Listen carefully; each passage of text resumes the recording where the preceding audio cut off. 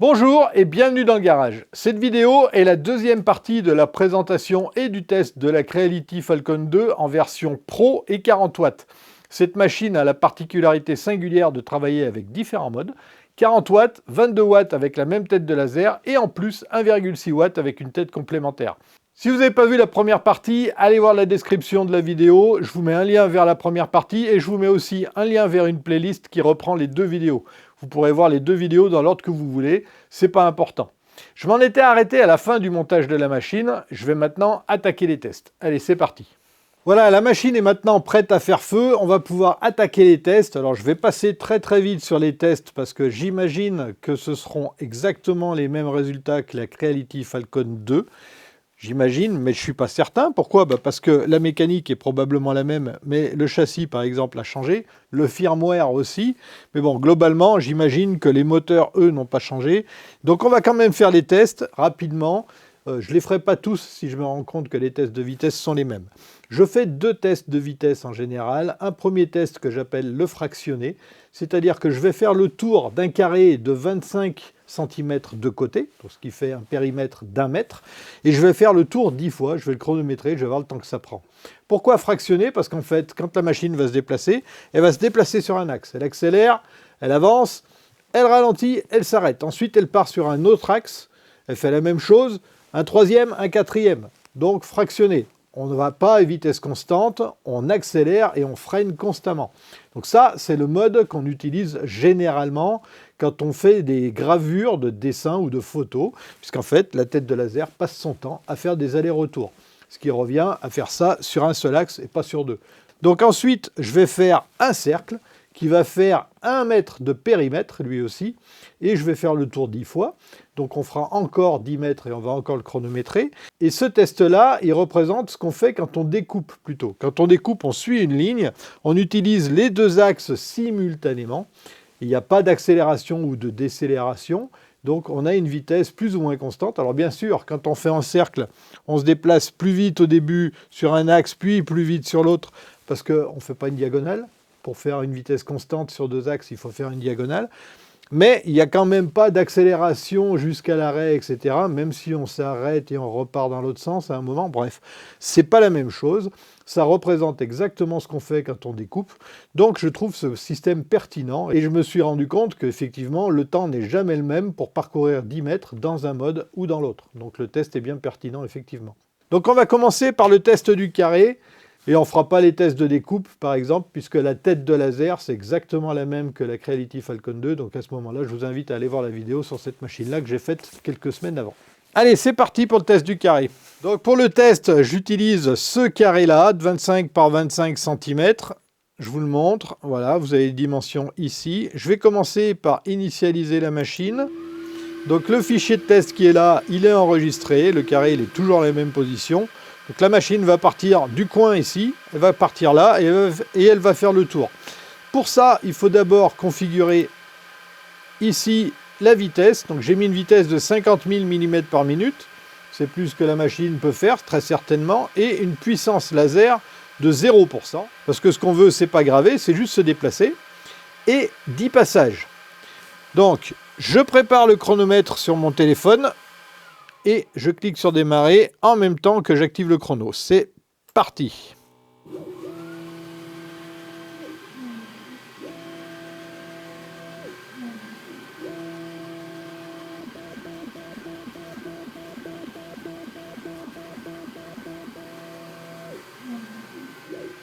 Une minute et presque 2 secondes. Maintenant, je vais faire le test avec le cercle. Je réinitialise la machine encore une fois, même si ce n'est pas nécessaire normalement. Et c'est parti. Attention, 1, 2, 3, go.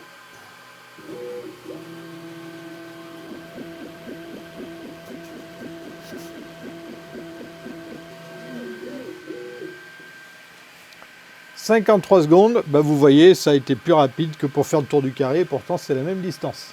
Bon, étant donné que la tête de laser, c'est exactement la même sur la Creality Falcon 2 Pro que sur la Creality Falcon 2 tout court, Si vous voulez voir les tests de découpe, je vous invite à aller voir la vidéo dédiée à la Falcon 2. Aujourd'hui, je vais me limiter à des tests de gravure, parce que j'imagine que déjà d'une part, cette vidéo est assez longue, et que d'autre part, on a 2 têtes à disposition avec cette machine. Donc ce que je vais faire, c'est que je vais faire un test de gravure à 40 watts, le même test avec une gravure à 22 watts, on va voir si la finesse est meilleure, et un autre test avec la toute petite tête laser qui fait 1,6 watts. Et on va voir si la finesse, encore une fois, est correcte. Donc ce que je vais faire, c'est que je vais graver sur un bout de médium, le même pour les 3 gravures, mais avant ça, il faut que je sélectionne mes bons paramètres pour la gravure. Les paramètres qu'on règle sur une machine laser, c'est la vitesse de déplacement et la puissance du laser. Pour ce qui est de la puissance du laser, il faut se référer aux paramètres du constructeur, donc ça donne une indication. Donc là, pour le coup, je vais graver sur du médium, donc je vais prendre l'équivalent en contreplaqué. Donc il faut une puissance de 20 à 25% environ et une vitesse de déplacement de 6000 mm par minute. Ces paramètres, ça vous donne une indication approximative. Tout va dépendre du matériau que vous allez graver, parce qu'il n'y a pas 2 médiums pareils, il n'y a pas 2 contreplaqués pareils, il n'y a pas 2 arbres pareils non plus. Donc il faut faire des tests et Lightburn a une fonction spéciale pour ça. Pour ça, je vais aller dans Outils laser ici et je vais prendre Essai matériel. Donc on va dessiner une matrice. Verticalement, on peut prendre, mettons, une dizaine de paramètres de vitesse. Et horizontalement, on va mettre des paramètres de puissance. Donc là, c'est de la gravure. Donc on va partir à, mettons, 4000 mm par minute. En max, on va choisir, je ne sais pas moi, 12 000 mm par minute, par exemple. Et pour ce qui est de la puissance, au minimum, on va prendre 5%. Et au maximum, mettons 40%. Donc si je veux des pas espacés de 5%, il faut que je fasse 8 mesures ici. Et si je veux des écarts ici de 1000 mm par minute, il me faut 9 paliers. 4000, 5000, 6000, 7000, jusqu'à 12 000, ça fait 9. Alors ici, on va modifier les paramètres des matériaux. Donc la vitesse et la puissance, c'est pas pris en compte, c'est la matrice qui va le faire. Je vais enlever le mode de puissance constante, ça c'est fait pour la vitesse. Et je vais passer en mode remplissage, c'est ce qu'on veut pour une gravure. Alors je vais mettre un intervalle entre les lignes de 0,08 mm, ça correspond à peu près au faisceau du laser. Voilà. Et au niveau des paramètres de texte ici, donc là c'est pareil, on va mettre 6000 mm par minute, et puissance max, mettons 30%. Et le nombre de passages, je le redescends à 1, j'avais oublié ça, c'est important. Voilà, et ces réglages, je vais les enregistrer. Je vais les appeler Test Falcon, parce que je vais les relancer tout à l'heure pour une autre tête laser. L'intérêt d'enregistrer les essais, c'est de pouvoir les rappeler ici directement. Donc on retrouve tous nos paramètres. Et ça, bien sûr, ça évite de re-remplir cette matrice à chaque fois. Donc si on regarde l'aperçu ici, on voit qu'on va faire des tests entre 4000 et 12 000 mm comme prévu, et entre 5 et 40% de puissance. Une seule passe avec un intervalle entre les lignes de 0,08 mm. Donc pour faire ça, il va falloir placer le bois. Donc je vais d'abord faire un cadrage, ici. Donc la tête nous indique où est-ce qu'elle va graver. Je vais placer le médium dessous. Alors c'est pas forcément simple avec le carénage. Si je relance la fonction de cadrage, la machine se replace. Donc il faut se mettre à peu près ici. Mais avant de positionner la tête, je vais d'abord régler la focale. Pour ça, il faut utiliser la petite cale qui est fournie. On la place sous la tête. Et on se met à hauteur. Donc là, la hauteur de la tête est réglée. Maintenant, je vais affiner la position du bois. Alors, c'est pas bon. Voilà, la fonction de cadrage, c'est pratique, mais vous allez voir que la fonction caméra, c'est beaucoup mieux. Donc maintenant, je vais démarrer, tout simplement en cliquant sur démarrer, et c'est parti.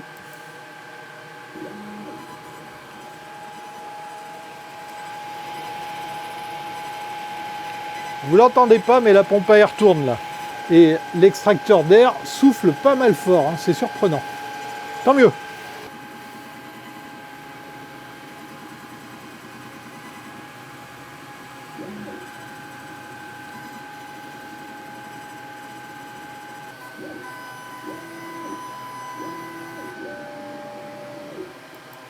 Alors, voyons voir ce que ça donne.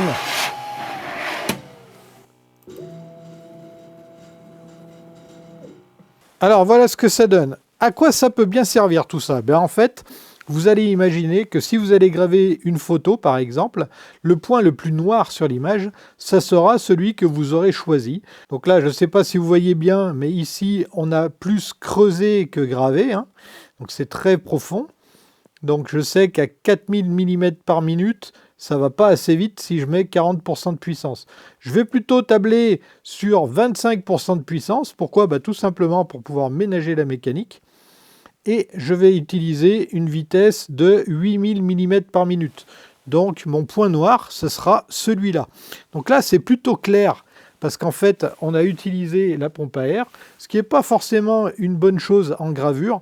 En gravure, il vaut mieux mettre un flux d'air très fin, ce qui va permettre juste d'éliminer les scories pour éviter qu'elles aillent se promener vers la lentille. Donc ça va préserver la lentille.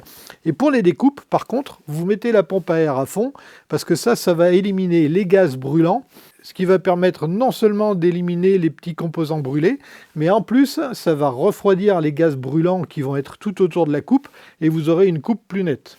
Puisque je parle de l'assistance d'air, encore deux choses. La pompe à air s'est arrêtée après quelques secondes après le test, donc ça c'est une bonne chose. Et la deuxième chose, je vous rappelle que vous avez un réglage de la puissance ici. Donc je vous conseille de mettre toujours l'assistance d'air à fond ici pour les coupes. Et puis pour la gravure, vous réduisez. Donc là, je vais me mettre au minimum, puisque je vais faire que graver aujourd'hui. Je vais en profiter que j'ai l'outil de test sous la main pour pouvoir faire un deuxième test ici avec la puissance à 22 watts.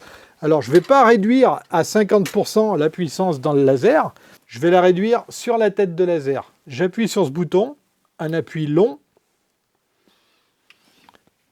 Et là, je ne suis plus en mode normal, je suis en mode précis. Donc la tête n'utilise plus toutes ses LED et on est bien à 22 watts. Et je vais refaire le même test que tout à l'heure, mais je vais le faire en off cette fois-ci parce que vous avez compris. Voilà, ici on a la version 40 watts, ici on a la version 22 watts. On voit bien qu'ici effectivement il y a moins de patates puisque on a moins de brûlure par ici. Et on a des contrastes un peu plus sympas ici par rapport à là. Le 40 watts creuse beaucoup plus le bois, donc si je passe le doigt, en gros, on a quelques dixièmes ici d'enlever, mais à partir de là, on passe carrément à beaucoup plus profond, tandis qu'ici, on commence à sentir que ça creuse par ici, et ça creuse vraiment que sur les dernières cases ici. Ça veut dire que pour graver, on a une plage d'utilisation plus large, avec une puissance plus modeste, et c'est bien normal. Donc le but du jeu, ça va être de choisir une plage ici, par exemple, 20% de puissance pour 8000 mm par minute, et l'équivalent ici, ça serait peut-être 6000 mm par minute et 30% de puissance. Donc on va partir là-dessus. Bon, maintenant que je sais comment va se comporter la tête de laser de 40 watts en mode 40 watts et en mode 22 watts sur du médium, je vais pouvoir commencer mes tests. Donc pour ça, j'ai mis l'ordinateur ici et je l'ai mis assez loin de la machine parce que la machine, en fait, je l'ai rapproché le maximum possible de cette porte. Tout simplement parce que le tuyau d'évacuation des fumées, comme je l'ai dit, il est très court. Donc là, il arrive à peine à la porte, mais j'ai aussi un problème de câbles USB qui sont courts aussi, et il faut quand même que je puisse atteindre le clavier du PC. Donc ça veut dire que ce tuyau d'évacuation là, qui est trop court, il va falloir penser à le remplacer. Donc merci Creality d'avoir fait les rats. Et éventuellement, si vous voulez mettre votre ordinateur un petit peu plus loin de la machine laser, prévoyez des câbles USB un peu plus longs. Mais ça va dépendre de la configuration de votre atelier ou de votre bureau. Mais de toute façon, je vous conseille de ne pas rester loin de la machine parce qu'il va falloir que vous ayez un œil dessus, hein. C'est pas parce que la machine fait tout le travail qu'il ne faut pas rester à côté. Il faut quand même la surveiller. Il y a des notions de sécurité quand même. Au passage, je ne vous ai pas parlé de la documentation. Elle est très bien faite. Elle est en français bien traduit. Et surtout, c'est un roman photo. Donc, il n'y a aucun problème là-dessus. Elle est succincte. Et de toute façon, vous n'en aurez pas besoin puisque vous avez cette vidéo. Je vais tester de graver cette image. Pourquoi? Parce qu'elle est pas mal contrastée. On a des signes blancs, des canards plutôt noirs, des niveaux de gris, donc ça c'est très intéressant. Et ce que je vais faire, c'est que je vais la graver en tout petit. Donc on va voir comment le laser va s'en sortir, surtout au niveau des détails sur des petites surfaces, en fonction des différentes puissances. Donc cette image, je vais la coller dans Lightburn, comme ceci. Oula, elle est petite, hein.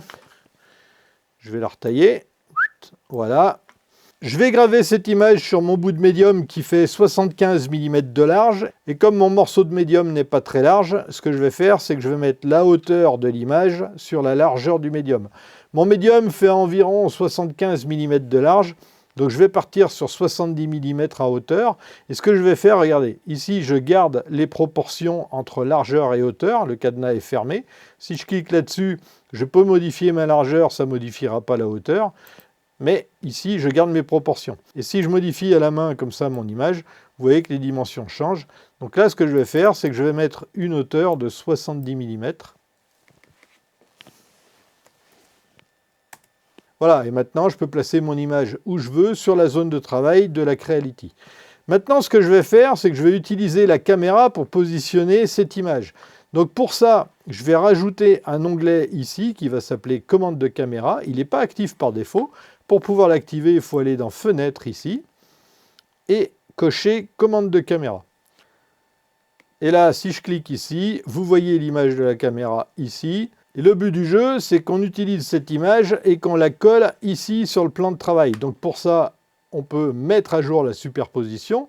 Et si je clique ici, vous allez vous rendre compte que ça ne marche pas. Et c'est tout à fait normal, parce que la machine sait qu'elle a une caméra, par contre, elle ne sait pas où la caméra regarde. Donc on va utiliser le gabarit qui est ici pour pouvoir calibrer la caméra en fonction de la machine. Alors c'est un petit peu long à faire, c'est un petit peu pénible, mais c'est à faire qu'une fois. Donc je vous montre très rapidement comment il faut faire. Il y a un assistant directement dans Lightburn. Donc ça se fait en deux étapes. La première étape, c'est de calibrer l'objectif de la caméra, comme ceci. Donc il y a un assistant, on choisit la caméra qu'on veut, donc là il n'y en a qu'une, c'est facile. On définit si l'objectif est standard ou fisheye, et là, vu les déformations, c'est du fisheye. Pas de pré-réglage, le motif d'étalonnage, ce sont les cercles, et on fait suivant. Maintenant, je vais devoir placer ce calibre ici, un peu partout dans la machine. Donc la première étape, c'est au centre. Donc je vais le placer au centre. Pas besoin d'être précis, hein, approximativement, ça suffit. Pour que ça marche mieux, je vais forcer l'allumage de la lumière. Donc là, je suis en mode automatique, je passe en mode on.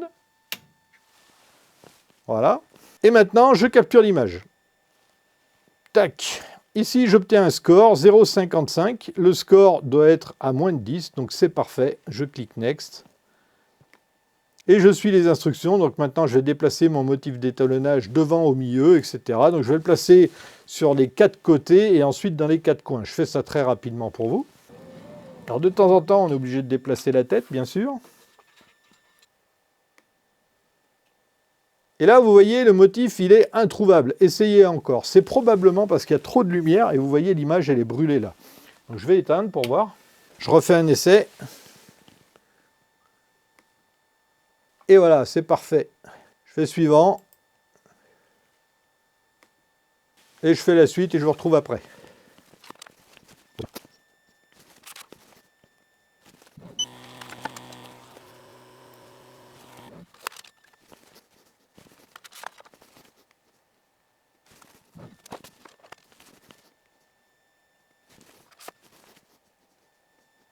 Voilà, c'est fait, j'ai terminé. Maintenant, je vais aligner la caméra. Donc ça, c'est la deuxième étape.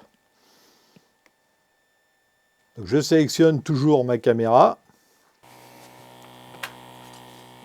Je vais enlever ça. Je fais suivant. Et là, il me faut une feuille de papier ou de carton. Alors, est-ce que j'ai ça? Bon, j'ai trouvé un bout de carton. Et ce carton, il fait 7 mm d'épaisseur. C'est important de connaître l'épaisseur du carton parce qu'il va falloir la mettre ici. Donc 7 mm. Et pour être sûr de ne pas oublier, je vais tout de suite calibrer le laser avec la petite cale ici. Donc je place la tête au-dessus. Je défais les deux vis de la tête. Hop, je me mets en contact. Et je resserre. Voilà, ça c'est fait. Je risque plus d'oublier. Donc on voit ici qu'on peut régler l'échelle de notre calibre. Donc je vais mettre une échelle de 100% puisque ici on dit qu'à une échelle de 100%, une feuille de papier A4 va suffire. Donc c'est parfait. Et ici, il va falloir que je règle la vitesse et la puissance. Donc je vais mettre une vitesse de 6000 mm par minute et une puissance de, disons, allez, 20%. Non, ça me paraît beaucoup. On va mettre 10% pour le remplissage. J'ai pas envie de mettre le feu à la cabane. Et pour les lignes, bah pareil, 6000 mm par minute et une puissance de, allez, 15%. Ensuite, je vais appuyer sur le bouton cadrer pour m'assurer que le matériau est bien à sa place. Ah oui, mais la machine n'est pas initialisée. Bon, alors, dans ce cas-là, je vais annuler. C'est normal, j'ai déplacé la tête pour pouvoir régler sa hauteur. Donc, ce que je vais faire, c'est que je vais réinitialiser la machine.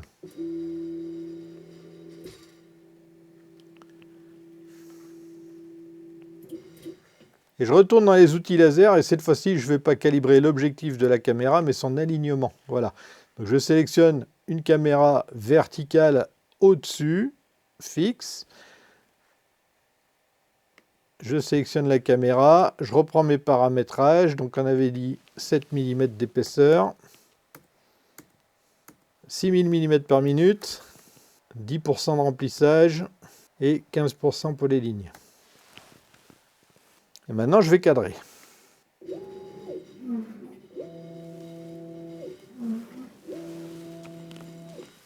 Alors, le carton est un petit peu trop derrière.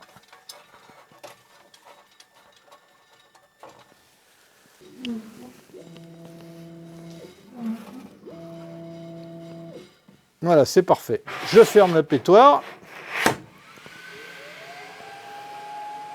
Et je démarre.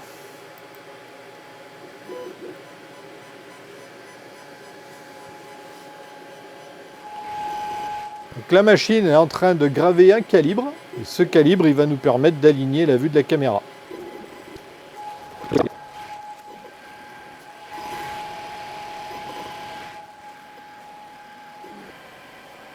Voilà, alors qu'est-ce que ça donne? On a 4 mires dans les 4 coins, donc on ne les voit pas très bien parce que j'ai été un petit peu timide sur la puissance, mais ça c'est pas grave, on va pouvoir passer à l'étape suivante. Et l'étape suivante, tout simplement, c'est de capturer l'image ici, faire suivant, et ensuite je vais aller chercher les marqueurs, donc on peut zoomer avec la molette. Là on n'y voit rien. Je vais faire retour, je vais reculer la tête déjà pour qu'on voit tout. Je vais allumer la machine. Voilà, puis je vais refaire une capture. Voilà, donc je zoome ici. Là, on voit très très faiblement le 1 et le centre de ma mire, il est là. Donc là, je double-clique. Ensuite, je vais prendre le marqueur 2 qui se trouve là. Double-clic. Le marqueur 3 qui se trouve là. On le voit un peu mieux. Et le marqueur 4 qui se trouve ici. Voilà. Donc je vais faire suivant. Et la machine, avec son petit algo, elle a calculé comment la caméra est placée, comment elle regarde, quelles sont ses déformations, etc. Et maintenant, ma machine est calibrée. Donc, si je vais maintenant dans les commandes de caméra ici et que je mets à jour la superposition, à la place de mon plan de travail à gauche, ici, je vois exactement ce qui se trouve dans la machine. Donc, je peux maintenant enlever mon carton. À la place, je vais y mettre mon bout de médium. Et je vais remettre à jour la superposition. Et vous voyez, mon bout de médium, il est là. Bon, déjà, je vais le mettre droit, ça sera mieux. Maintenant, je vais pouvoir prendre ma photo de tout à l'heure et je la colle sur le plan de travail directement. Et là, je ne vais même pas m'embêter à aller voir quelle taille elle fait. Je la prends, je la dimensionne et je la pose directement sur mon bout de bois. Voilà. Donc elle fait à peu près 70 mm, elle fait un peu plus. Je vais la réduire un peu. Voilà, je peux même la tourner un peu parce que mon bois n'est pas très droit. Je peux m'aligner dessus comme ça. Et là, sans faire de cadrage ni quoi que ce soit, je sais que mon image, elle va être placée à gauche de mon bout de bois ici. Et ça, c'est génial. Donc je vais réinitialiser la machine parce que j'ai déplacé la tête encore.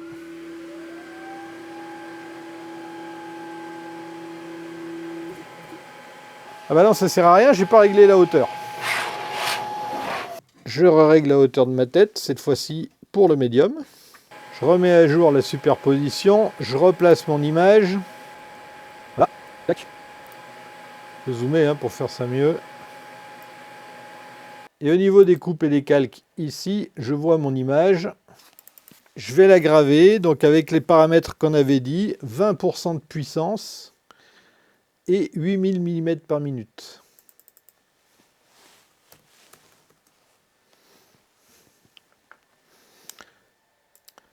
En cliquant sur aperçu ici, je vois à quoi va ressembler ma gravure. Et ce que je vois surtout, c'est que ça va me prendre 11 minutes. Donc je le ferai demain, parce que là il va être minuit, je vais aller me coucher. Allez, à tout à l'heure pour vous et à demain pour moi. Alors, je ne sais plus ce que j'ai dit hier, alors au risque de me répéter, j'ai placé l'image sur mon bois avec la caméra, donc ça c'est extrêmement pratique. Au niveau du paramétrage, on est à 8000 mm par minute et 20% de la puissance parce que je vais utiliser la machine en mode 40 watts. Donc au niveau de la tête, ici j'ai mes deux diodes allumées parce que je suis en mode 40 watts. Si j'appuie un appui long sur ce bouton ici, je passe en mode précis, donc seule la diode du mode précis est allumée, et là je suis en mode 22 watts. Donc là je vais faire mon premier test, comme je disais, en 40 watts. Devant, vous voyez les voyants d'alerte, propreté de la lentille, feu et air. Et ici, l'air est en warning parce que la pompe à air ne tourne pas. Mais ça c'est normal puisque la machine ne tourne pas et elle est en mode automatique. Au niveau du réglage de la pompe à air, on va graver, donc je me mets au minimum. Et je mets un petit peu de puissance, voilà, c'est tout. Le tuyau d'évacuation des fumées, il est en direction de la sortie, donc il est un petit peu trop court, mais il est devant la porte. Ça devrait faire le job, on verra bien. Pour ce qui est de voir ce qui va se passer, on ne va pas voir grand-chose, parce que la machine est carénée et qu'il faut que je la ferme. Donc ça a ses avantages et ses inconvénients. Après, regarder la machine tourner, c'est pas hyper intéressant. Ce qui est important, c'est le résultat final. Allez, c'est parti pour la gravure à 40 watts, go!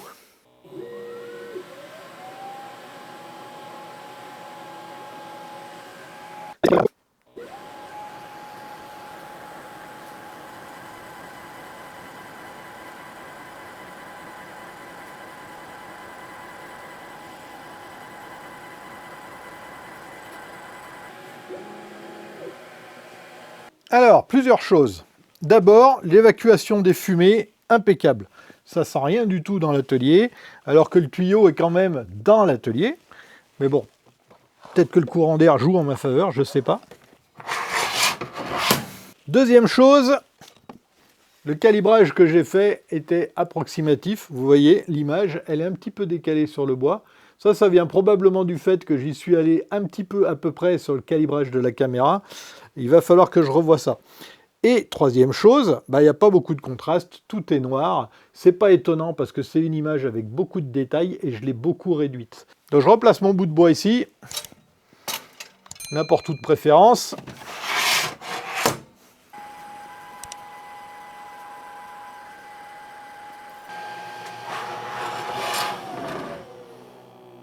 Alors... Ah mais je suis stupide, j'ai oublié. Je me disais c'est bizarre, c'est beaucoup plus puissant ici, mais c'est parce que j'ai oublié de passer la tête en mode 22 watts. Donc je vais recommencer. Je ne suis pas passé en mode précis là. Voilà, allez on la refait. Tiens, au fait, j'ai pas essayé. Si j'essaye de démarrer ici, vu que la machine est ouverte, ça devrait pas partir. Ça part pas, parfait.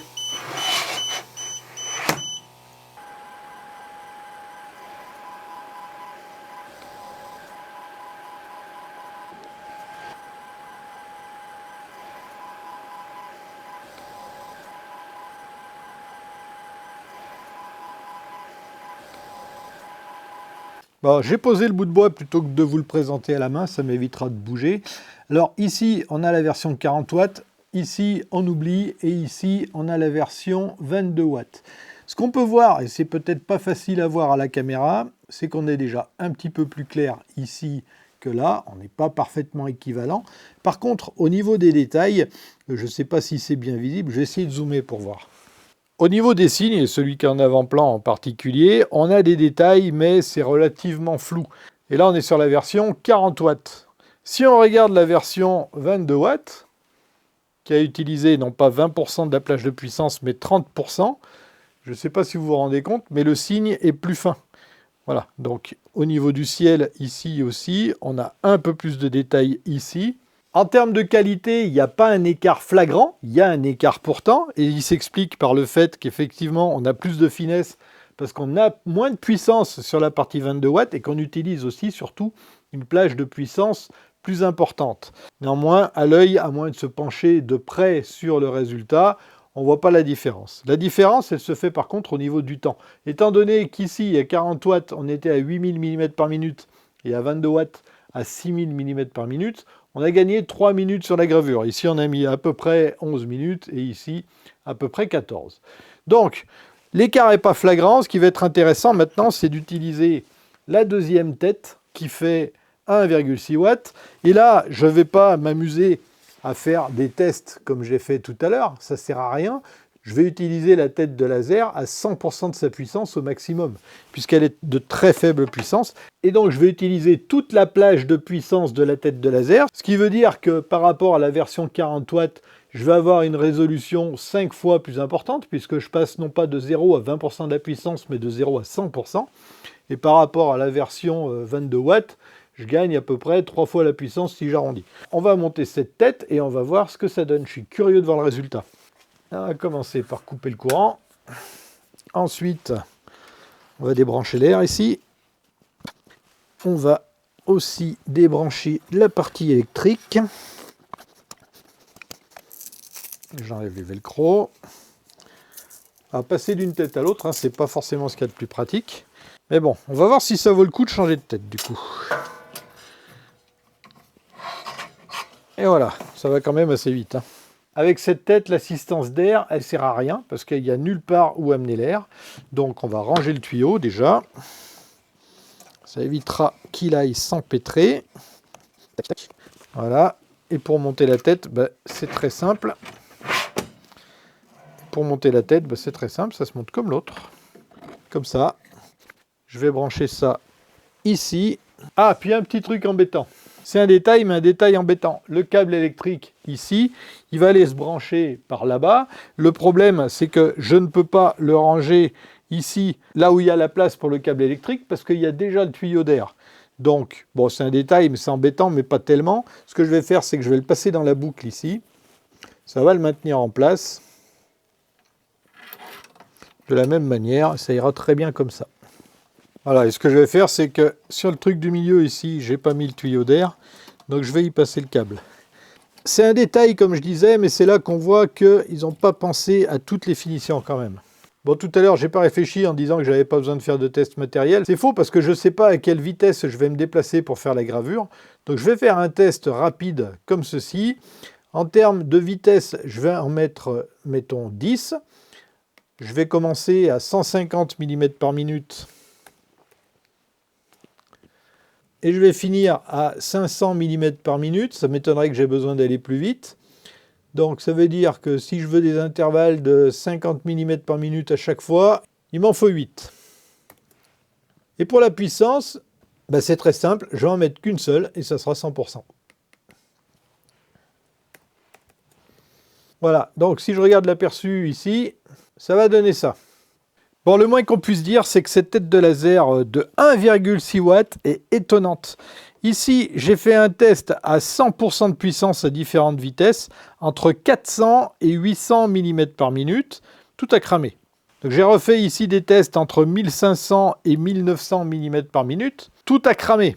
Donc après, je suis parti sur une échelle plus large, entre 3000 et 10 000 mm par minute, et là, on arrive enfin aux limites de la machine. À 3000 mm par minute, on est encore bien noir. Donc ce que je vais faire, c'est que je vais partir sur cette valeur-là. Donc je vais graver mon image sur le peu de place qui reste ici, à 3000 mm par minute, avec cette petite tête et à 100% de la puissance. Allez, on va voir ce que ça donne. Alors, ça donne quoi, ça?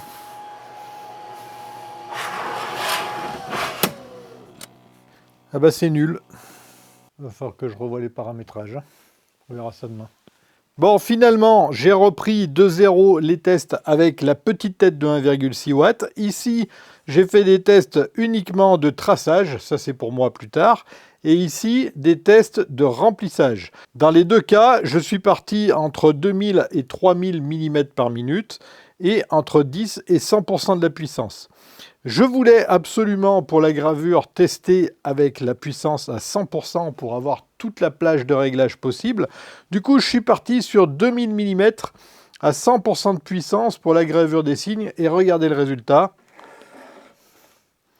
C'est beaucoup plus propre qu'avec les deux autres têtes. La gravure est beaucoup moins puissante et donc forcément l'image est moins brûlée. Mais regardez bien, on voit tous les détails. Je ne sais pas si ça se voit bien à la vidéo, mais au lieu d'avoir des taches vaguement claires et des signes avec des traces vagues pour les ailes, et ben là, on voit l'image, quoi. Donc franchement, c'est beaucoup plus fin, c'est beaucoup plus propre. Pour être tout à fait honnête, cette petite tête laser très peu puissante, je me suis dit, bon, c'est un petit peu gadget, c'est un petit peu le cadeau qui sert à rien. Mais après l'avoir testé, franchement, je me rends compte qu'elle a un vrai avantage pour les gravures. Franchement, c'est de la balle, je suis surpris de sa puissance en fait. Parce qu'elle est très très précise, mais quand même, elle arrive à graver très très fortement. Pour sa puissance, je veux dire, c'est relatif. D'ailleurs, j'ai remarqué aussi que Creality monte cette tête de laser sur des imprimantes 3D et aussi sur des CNC. Allez, on passe au bilan. Le premier truc que je vais vous dire, évidemment, c'est que les caractéristiques de la Creality Falcon 2 Pro en version 40 watts sont très similaires aux caractéristiques de la version non Pro. Donc, si vous voulez voir en détail ce que je pense de cette machine, hors carénage, eh ben, allez voir la vidéo que j'ai faite sur la version non Pro. Le gros intérêt de la version Pro de la Creality, c'est justement son carénage, comme je viens de le dire. Le carénage, il apporte plein de choses. D'abord, il apporte une protection des yeux. Et ça, c'est vraiment top si vous faites du DIY avec des enfants. C'est pas toujours facile de leur faire porter des lunettes. Et comme je le disais dans la vidéo, moi qui porte des lunettes, ben, c'est pas facile non plus de garder des lunettes de protection par-dessus celle-ci. Parce que si j'enlève ça pour me protéger les yeux, ben, j'y vois pas grand-chose. Le deuxième intérêt du carénage, c'est l'extraction des fumées. Alors ça, c'est vraiment le gros problème des lasers dans une maison. Si vous travaillez comme moi dans un atelier, il n'y a pas de souci. À partir du moment où vous pouvez ouvrir une fenêtre, si ça sent le brûler, c'est pas grave. Mais le bois, ça fait beaucoup de fumée. Le médium, ça contient beaucoup de colle et donc ça dégage des fumées toxiques. Et les plastiques, c'est pareil. Donc si on peut éviter de respirer ces cochonneries, c'est pas plus mal. Et évidemment, si vous travaillez dans une chambre transformée en bureau ou en atelier bricolage, eh ben, c'est quand même plus sympa de ne pas avoir de fumée qui va emboucaner la maison. Parce que là, croyez-moi, votre conjoint ou votre conjointe, il va avoir envie de vous parler un petit peu là. Et ça va pas être sympa. Puisque je parle d'aspiration, l'aspiration de la machine, elle est correcte, mais le tuyau est beaucoup trop court. Il va falloir penser à le remplacer, sauf si vous passez la machine juste sous une fenêtre. Et là, vous avez du bol. Le troisième avantage de ce carénage, et là c'est pas vraiment le carénage, mais c'est qu'il sert à embarquer une caméra. Et cette caméra nous sert, comme vous l'avez vu, à positionner correctement les pièces facilement. Et c'est tant mieux parce que la tête de laser, la grosse de 40 watts, eh ben elle est grosse justement. La buse, elle se trouve à l'intérieur d'un gros carré de 60 par 60 ou 50 par 50. Et la buse n'est pas visible. Et donc c'est pas évident, même en faisant un cadrage, de bien positionner une gravure ou une découpe. La caméra, ça change tout parce qu'on fait le cadrage sans la tête de laser. On visualise directement ce qu'on va faire sur la machine. Et ça, c'est vraiment confort. Maintenant que j'ai goûté, j'aurais du mal à revenir en arrière. La caméra, elle est efficace. La résolution est suffisante. Par contre, comme vous avez vu, il faut soigner le calibrage. Donc pour moi, la version Pro, elle apporte vraiment des avantages parce que la caméra et le carénage, c'est vraiment le combo idéal pour transformer un laser pas mal avec quelques petits défauts un laser quasiment presque parfait. Le gros intérêt de cette machine, et je n'ai vu que Creality faire ça, c'est d'offrir une tête laser à plusieurs puissances. C'est pas mal parce que ça évite les compromis entre un laser puissant et un laser précis. Ici, vous avez le meilleur des deux mondes puisque vous pouvez brider la tête de laser sans avoir à la démonter comme chez Xtool par exemple pour en acheter une supplémentaire. Là, c'est déjà fourni. Et en plus de ça, avec ce modèle, Creality vous fournit une petite tête laser qui honnêtement, comme je le disais tout à l'heure, me paraissait superflue, mais qui est surprenante parce qu'elle est bien plus puissante que ce à quoi je m'attendais. Alors évidemment, la machine n'est pas parfaite, il y a quelques petits défauts, j'en ai vu deux. Le premier défaut de la machine, il est lié au carénage. Le bouton d'arrêt d'urgence qui est très accessible sur la version cabriolet, on va dire, et bien là, il n'est pas forcément facile à atteindre. On tape là-dessus. Ici, on a la poignée qui permet d'ouvrir la machine et le bouton il est à ras d'ici là donc il n'est pas forcément facile à appuyer. Évidemment, en cas d'urgence, on aimerait bien trouver ce bouton facilement. Et le deuxième défaut que je trouve à cette machine, c'est ce lit, que je trouve pas pratique. J'aurais largement préféré un nid d'abeille. Voilà, c'est tout pour cette fois. Alors je sais que tout le monde n'aime pas les vidéos de laser, et pour le coup, je m'excuse, je suis désolé, ça fait 3 vidéos à la suite où je parle que de ça. Si vous aimez ça, regardez par ici, je vous mets une playlist où vous allez voir tous les tests que j'ai faits. Et si vous n'aimez pas ça, ce que je vous propose, c'est de ne pas attendre 2 semaines pour voir la prochaine vidéo. Je vous mets la prochaine dans 1 semaine, et promis, ce ne sera pas un laser. Je vous souhaite de bons bricolages, et je vous dis à la prochaine dans le garage. Bisous!